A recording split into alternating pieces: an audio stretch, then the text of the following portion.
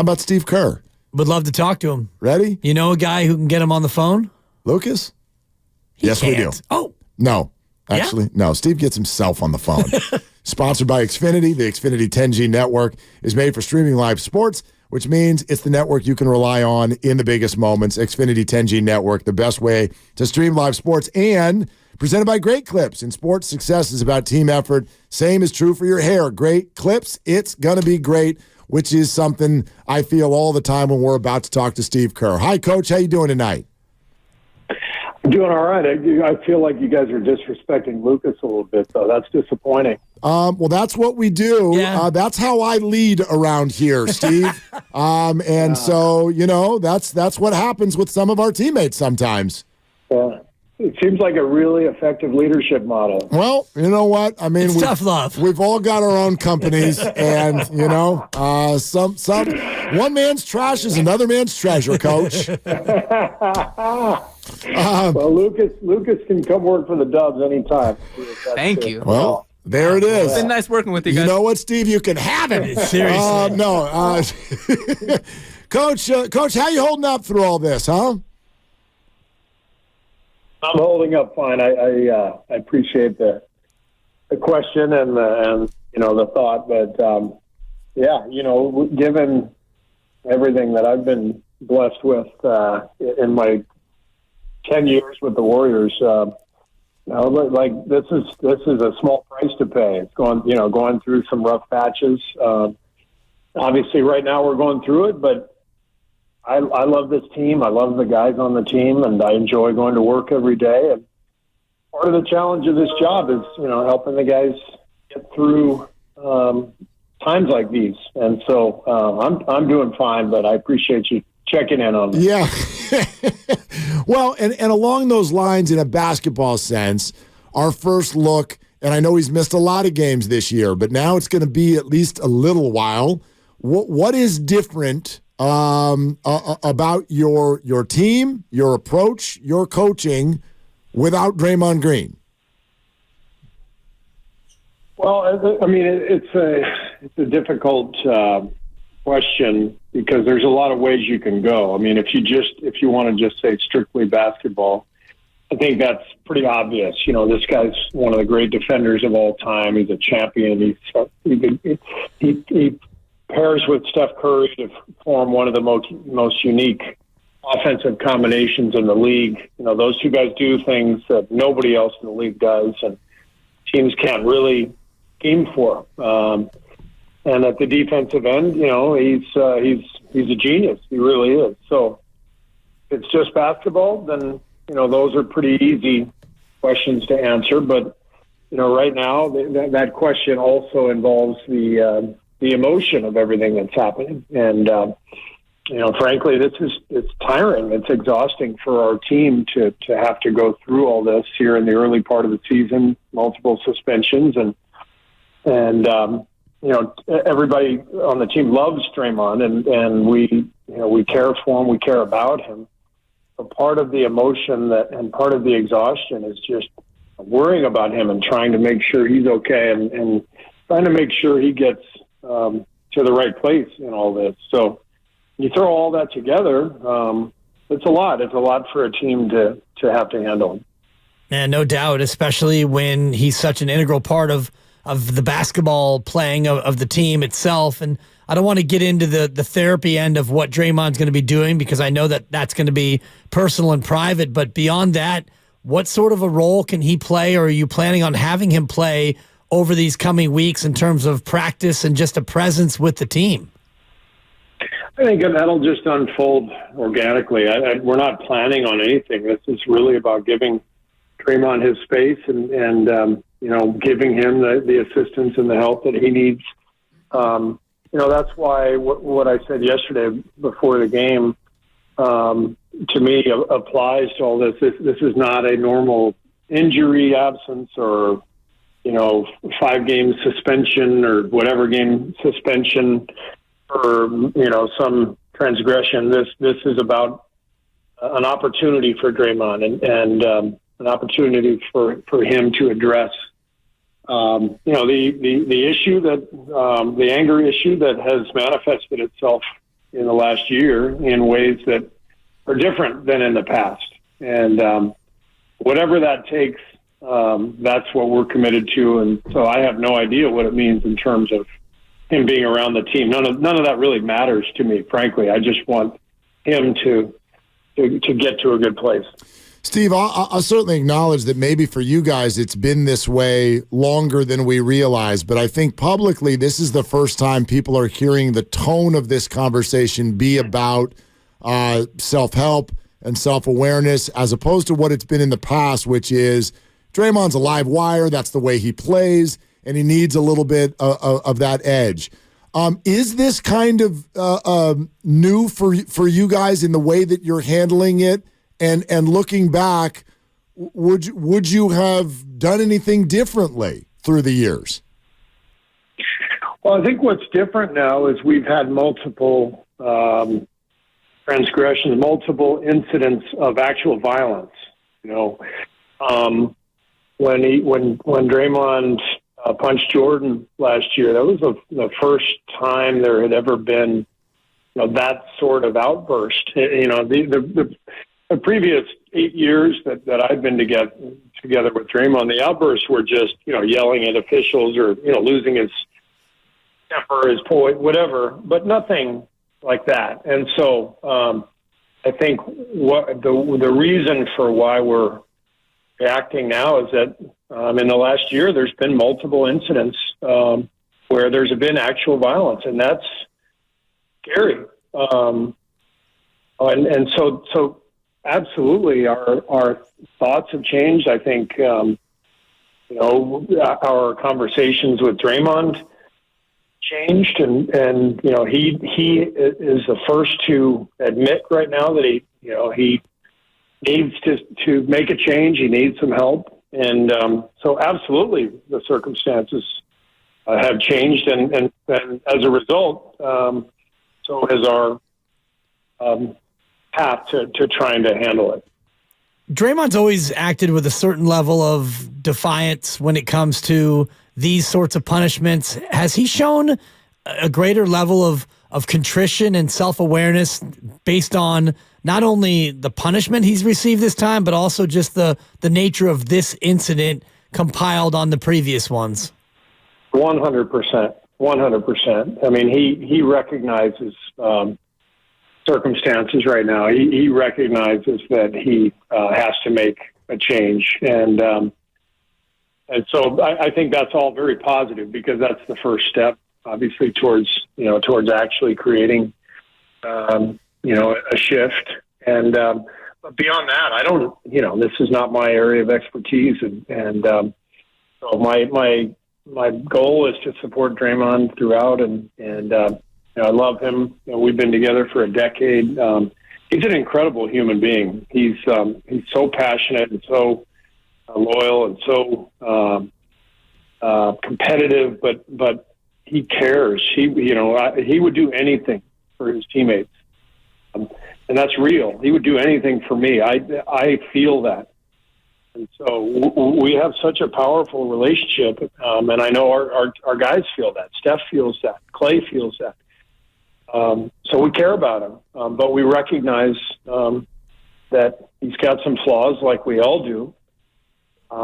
But his are right now very public, and they've crossed the line as we've talked about. And he's admitted it. He knows it. And we're all in this together, and we just have to try to find the best path forward for him, regardless of the basketball component here. Steve Kerr with us here on Willard and Dibs, as he is every week on 95.7 The Game. Speaking of the path forward, and not necessarily just for him, but your basketball team, what does this open up for others, and how are you approaching this in terms of who you will use and how you will use them to make up for the absence? Well, first of all, I like this team. I love the guys on the team. They're great guys. They're committed. You see it. We're competitive every single night. We're playing good teams on the road and getting big leads. And we're competing, but we're not closing. So we got to figure out how to close and what that means. So, right now, I think there's opportunity for a lot of guys to step up. Jonathan Kuminga has really, developed, and he's playing better, and he's picking up on more things. He's going to get a bigger opportunity. Brandon Podziemski, we can't keep off the floor. He played more minutes than anybody last night. This guy is really, really a good player. He was 2 for 11, and I thought, watching the tape, I thought he was one of our best players. So what he does just transcends the ball going in the hoop or not. So the opportunities are going to be there for a lot of guys, and we have a lot of good players. We have a lot of depth. So I feel like we're going to get this thing turned around, and I'm excited about what's ahead. Look at us talking basketball, Steve. Pretty cool, huh? It's fun. Yeah. Let's keep doing it. Yeah, I mean, boy, I got more questions about it's basketball, right, that you coach? Sometimes I forget. Steve, that starting lineup last night, you had talked about how you were going to maybe do a little reshuffle. Wiggins goes to the bench, and you mentioned Podziemski comes in and Kuminga gets the start. What did you think of just the starting five, that new look five you put out there? I like it. I like what I saw. It's a different look. I think we needed a change. I think this team needed a jolt. I talked about this the other day. I've been very patient, and I had a vision in my head for this team, for the starting five to be what it's been the last couple of years, and then we come off the bench with Chris Paul and Dario Saric and Moody and Kuminga. This is a group that has really proven off the bench that they're really good. They've dominated most matchups all year. But after whatever it was, 23 games, I had to try something different because that first five just wasn't clicking. And there's lots of reasons for that, but they don't matter because I think my job as a coach is to recognize when is the time to make a shift. And it felt like the right time last night. That's why I did what I did. Speaking of that move, though, and I know that this is a difficult question to answer, but I think a lot of Warriors fans have this question, which is just what's going on with Andrew? What do you see, Coach? I think that Andrew is a rhythm player. I think he's a guy who has to feel the rhythm and really be in the right place offensively and to really find his groove. And he was in that place for us for a couple of years. He was, I think, one of our very best players in our championship season in 22. He was phenomenal. And then he was phenomenal in the early part of last season. And then, he missed whatever it was, 50 games at the end of last season. And then struggled early on in this season. So I just think he's had a difficult time finding his rhythm and finding that groove that he was in.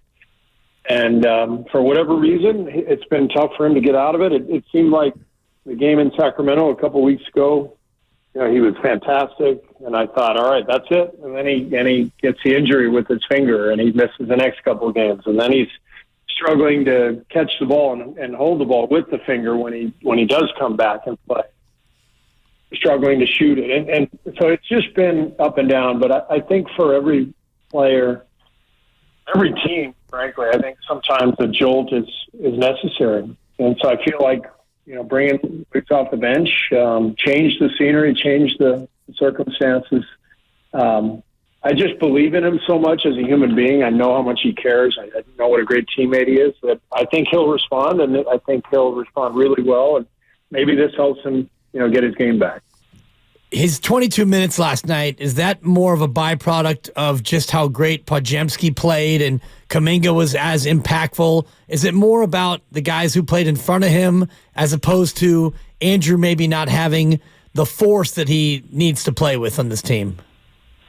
It's both. As soon as he starts playing well and playing, to his level where he was a year and a half ago, then those minutes will rise quickly. So this is just, this is pro sports. I mean, it's a production business, and whoever produces is going to play. And with Brandon producing, he's finding himself out there. He was a DNP a few weeks ago, as a rookie, just trying to find his way. But he earned it. And that's how this works. And so that's how it works for everybody. And I have confidence that Wiggs will turn it around and play to the level where he's been for a couple of years for us. And when he does that, those minutes will go back up. Steve, is there an emotional component to this in your position when you're dealing with a player who's been an all-star and now transitioning to a role that many see as a demotion?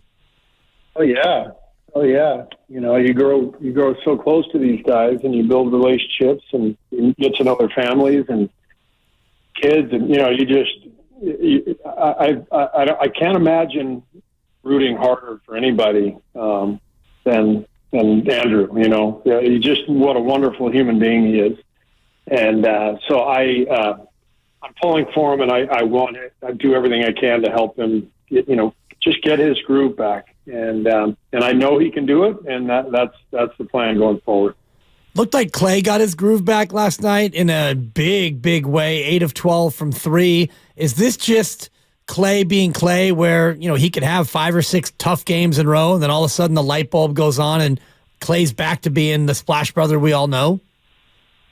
I thought last night was bigger than that. He's had games where he's made shots. What made last night impressive was that he made the right play over and over and over again. How many times did he hit Looney or Dario, on rolls or pops when the Clippers sent 2 at him? He just kept making the right decision. And to me, that's the whole key for Klay offensively. If he's making the right decision, then he's going to shoot the ball well. Last night he was 8 for 12, and he had 5 assists, multiple other passes that didn't lead to assists because shots were missed. But he makes the right play, then his shot will be consistent. And that's what I saw last night, and hopefully that's the norm going forward. Steve Kerr with us here, Willard and Dibs, 95.7 The Game. Coach, I know you've had your own heck of a week, so I don't know to what level you're aware of this, but interesting conversations surrounding Giants baseball and their free agency, in that Buster Posey said earlier this week that they have at times a hurdle to cross because of the city of San Francisco's growing reputation in a negative way, and that's something they have to overcome when trying to convince free agents. I wonder what your reaction is to that, and if you've experienced that at all in wooing NBA free agents. It's an interesting dynamic. What I've found is that we haven't really had anybody express that, but what I have heard from players is when they arrive is their wives, significant others are surprised at what a great place it is. I've heard that multiple times, like, oh, this city is actually great. It's a great place to live. Things that we know, right? Those of us who live here understand this is a wonderful place to live. But the reputation, and I think some of the political fallout of everything that we experience these days in America, such that, San Francisco is, you turn on Fox News, it's the center of, Armageddon. And we certainly have our problems like every other city does, but this is an incredible place to play and incredible place to live. And our players and their significant others express that all the time. So it's tough. It's tough on the city that we have to deal with this reputation. But again, to me, it's more just political BS than reality. Well, I'm glad your players enjoy playing here because you got 11 of the next 13 at home. So they're going to have to be comfortable here in the city. And Steve, do you look at these next 13? 11 of them at home, a trip to Denver, trip to Portland, not big-time travel. Not that this is make or break time at 10 and 14, still fairly early, but are you looking at this as a really key stretch to kind of right the ship and get back in the mix? I am. I think that's fair. There's so much season to be played, but you have to find your footing at some point in the season, and you can't wait until it's too late. And so I think this is a good time here for the next few weeks to to enjoy the home cooking and fill up the cup and be with our families and enjoy our lives and hopefully win a bunch of home games and get this season going. Coach, we always love your candor, and especially because we did just kind of touch a little bit on baseball free agency, we do need to follow up. Coach, you promised that Shohei was coming to the Giants. Come on, Coach. I tried. Yeah. You know that. But I couldn't predict. What a contract, huh? That was a bizarre. The whole thing was so bizarre. Yeah, I'm told that Lucas is going to want the same kind of deferred contract when you hire him with the Warriors. Well, I can defer it all until I'm gone, and I don't have to worry about it. There you go. Did you have a moment with Steph Curry where he was like $700 million? Are you kidding me? We had too much other stuff going on, so we haven't talked about Shohei yet. Been a little bit busy, huh, Steve? Yeah, all right. A little bit of a week. Well, we'll let you end the week right here. Thank you so much as always. Go get Brooklyn over the weekend, and we'll talk to you next week. That's great. Thanks for having me, guys. All right, Steve. There he is, Coach Kerr.